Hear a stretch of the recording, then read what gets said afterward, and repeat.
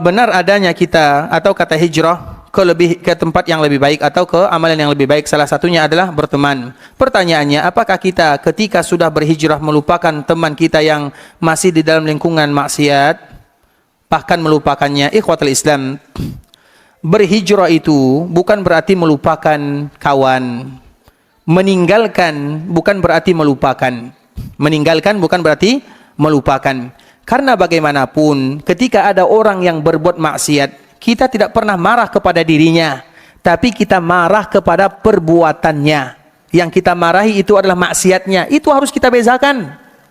Ketika kita berhijrah dari kawan kita, berhijrah bukan dari dirinya, tapi dari amalannya, perbuatannya. Daripada kita yang diajak, lebih bagus kita yang meninggalkan. Itu makna daripada kalimat berhijrah. Makanya kalau ada di antara kita yang bisa kuat berdakwah kepada kawannya, saling beribadah kepada Allah, lakukan. Jangan tinggalkan dirinya.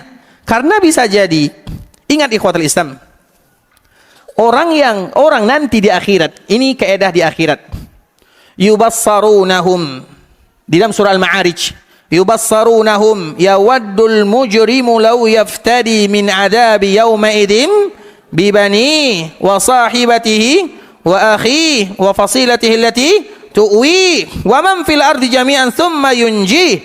Itu kaidah di akhirat. Kaidah di akhirat, kita akan mencari mangsa. Semua kita mencari mangsa.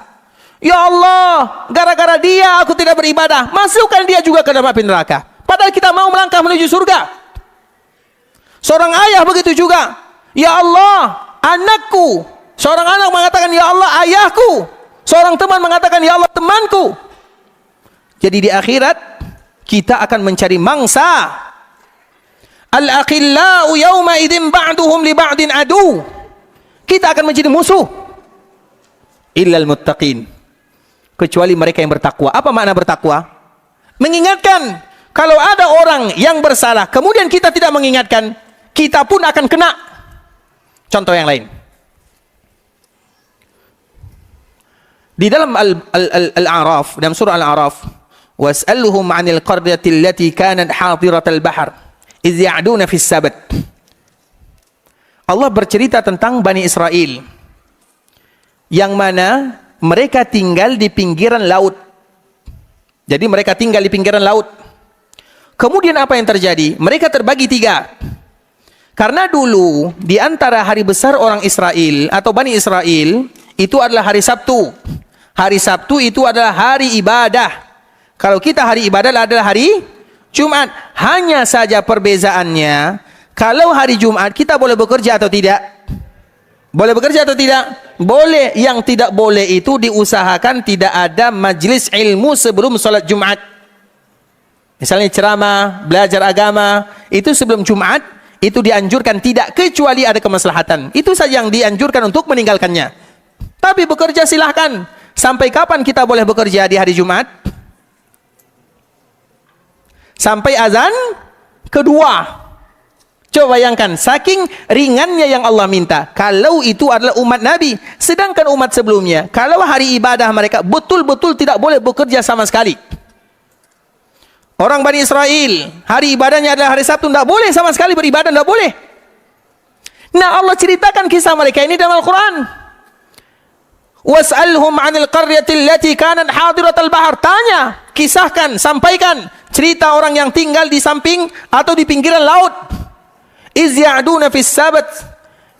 Ketika mereka dilarang untuk bekerja di hari Sabtu, mereka tidak boleh bekerja di hari Sabtu. Berarti sore Jumat, petang Jumat sudah tidak boleh lagi bekerja sampai maghribnya. Setelah maghrib di hari Sabtu baru boleh mereka bekerja. Itu kaidah untuk orang terdahulu. Kemudian orang yang tinggal di pinggir laut ini, hari Ahad, mereka tentunya orang yang tinggal di pinggiran laut, pekerjaannya adalah mencari ikan, nelayan kalau bahasa kitanya. Mereka mencari ikan, tapi tidak ada satupun ikan yang datang. Tidak ada yang mereka dapatkan rezeki kecuali sedikit.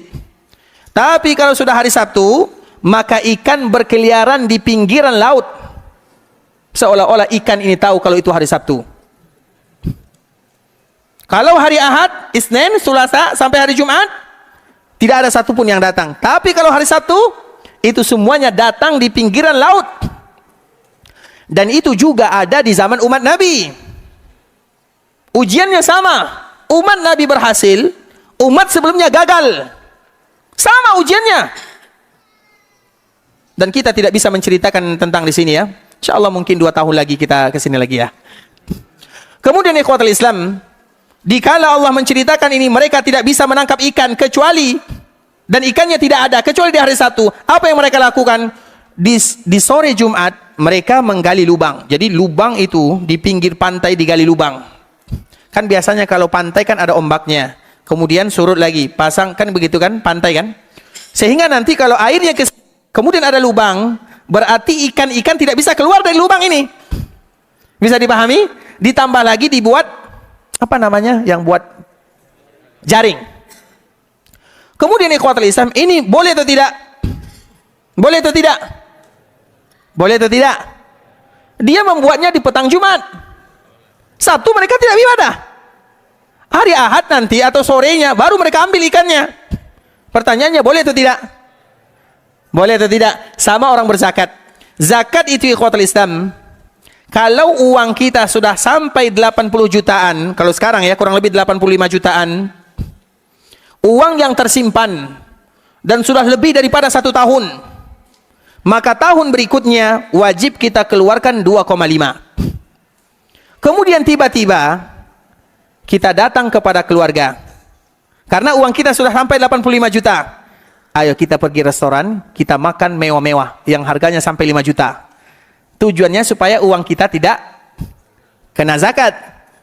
Kurang daripada 85 juta nggak kena zakat. Itu secara umum ya. Itu yang dia makan enak, uangnya berkurang, pada akhirnya kewajiban zakat gugur untuk dirinya. Boleh atau tidak?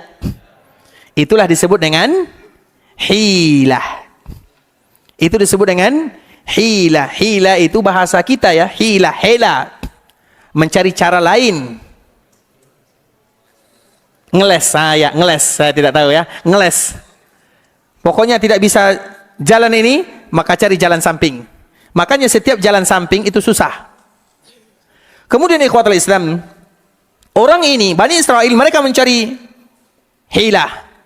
Iya, mereka tidak bekerja di hari Sabtu, tapi mereka sudah menggali parit, kemudian membuat jaring di sana.